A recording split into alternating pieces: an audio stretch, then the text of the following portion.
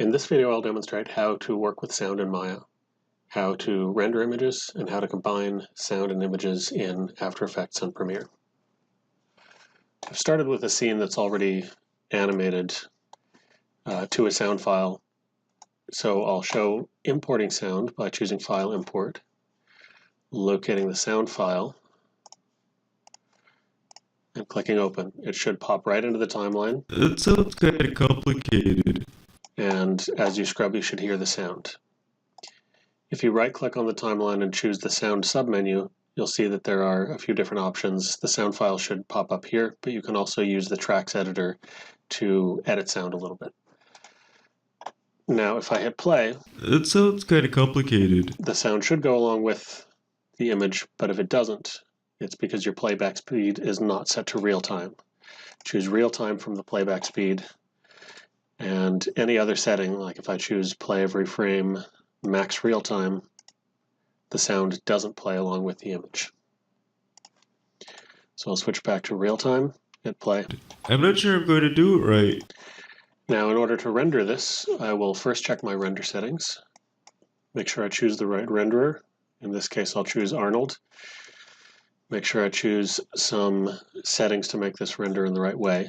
The first will be frame animation extension. I'm going to choose name.number.ext with 4-digit padding, and you'll see up here it changes the file name preview to show me that it's padding with zeros to a total of 4 digits.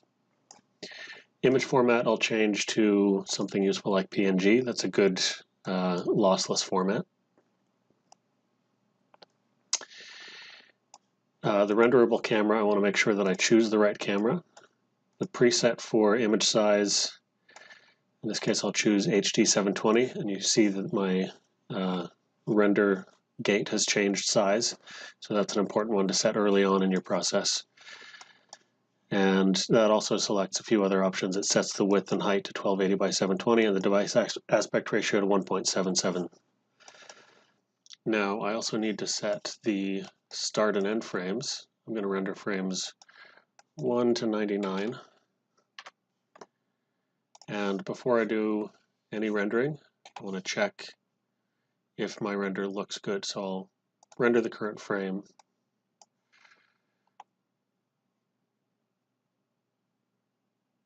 That looks all right. It tells me the render took 5 seconds, so I can estimate that it'll take 500 seconds total to render this scene. And now I'll choose render sequence options. And in the options, I've chosen add to render view so that I can see the render as it happens. Now, if I click render sequence and close at the moment, the render view actually won't show it because the render view needs to be opened first. It's a sort of strange thing about Arnold integration with Maya at this point. So that shows me my current frame. Now I will click render and close, and I can watch the sequence render as it happens.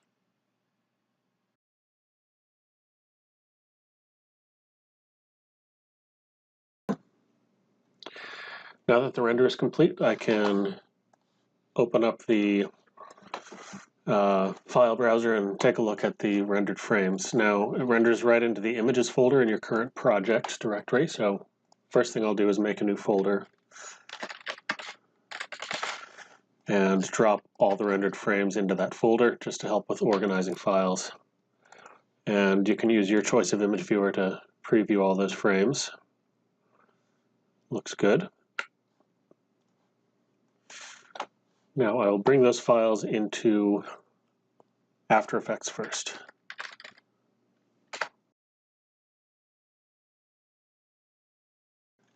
I'll choose File, Import File, and browse to my project images directory and find the sequence that I'm looking for. Make sure that that sequence is automatically selected. If it's not, then After Effects hasn't recognized the image sequence as a sequence. You may have to check that, or you may have to make sure that the files are named appropriately. Click Open, and it should import as a footage item. And you can drag that right into the composition window to make a new comp matching the footage. And preview. Now, one thing that I didn't check was the frame rate.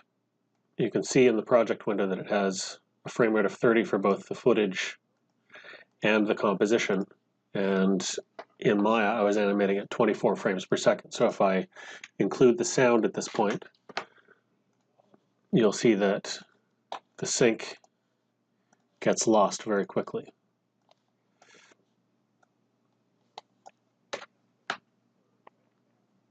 It sounds kind of complicated. I'm not sure I'm going to do. It sounds kind of complicated. I'm not sure I'm going.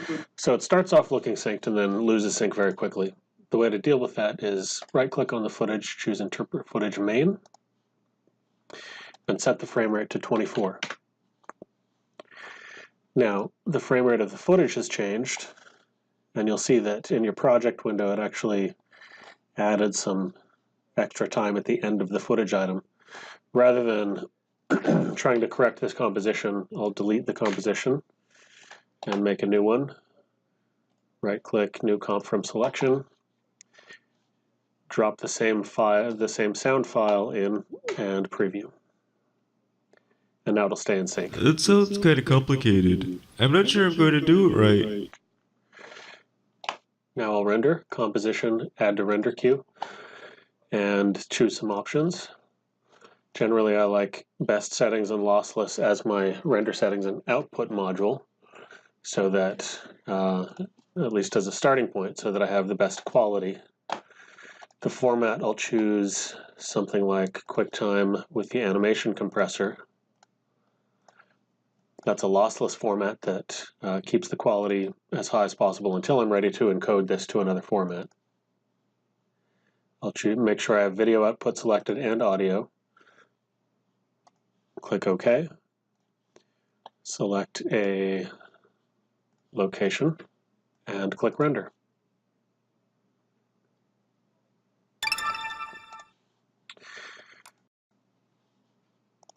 Now the resulting file. It sounds kind of complicated. I'm not sure I'm going to do it right.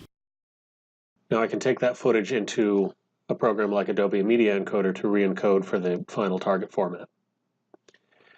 The same sort of operations are very similar in Premiere.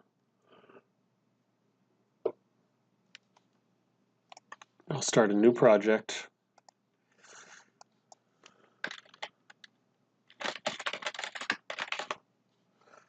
Choose a location for it.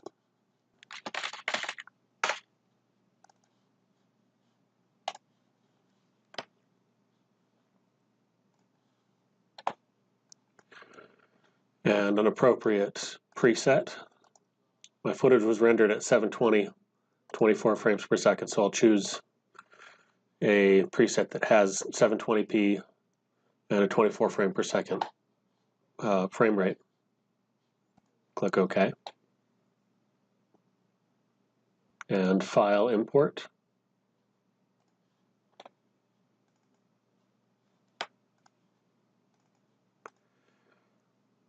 Now, Premiere does not automatically select image sequence, so I have to choose that. Click Open. And again, the footage comes in interpreted at 29.97 frames per second. So I need to change that. I'll right-click on the footage and choose Modify Interpret Footage and change the frame rate to 24. Now I can drop that into the sequence, which is already 24 frames per second.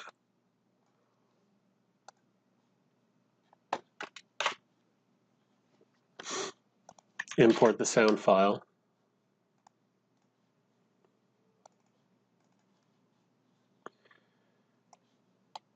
And drop it into the audio channel. It sounds kind of complicated. I'm not sure I'm going to do it right. So from Premiere, I can export this by choosing File, Export, Media. And I can choose a number of different sequence settings or presets.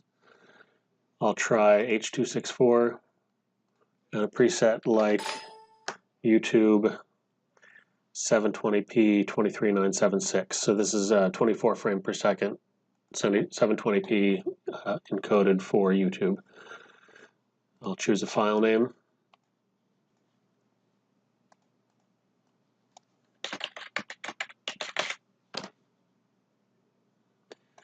Click Save, and I'll make sure that my settings are all correct. I've chosen export video, export audio, and 1280 by 720, 23976. And the rest of that looks okay, so I'll click Export.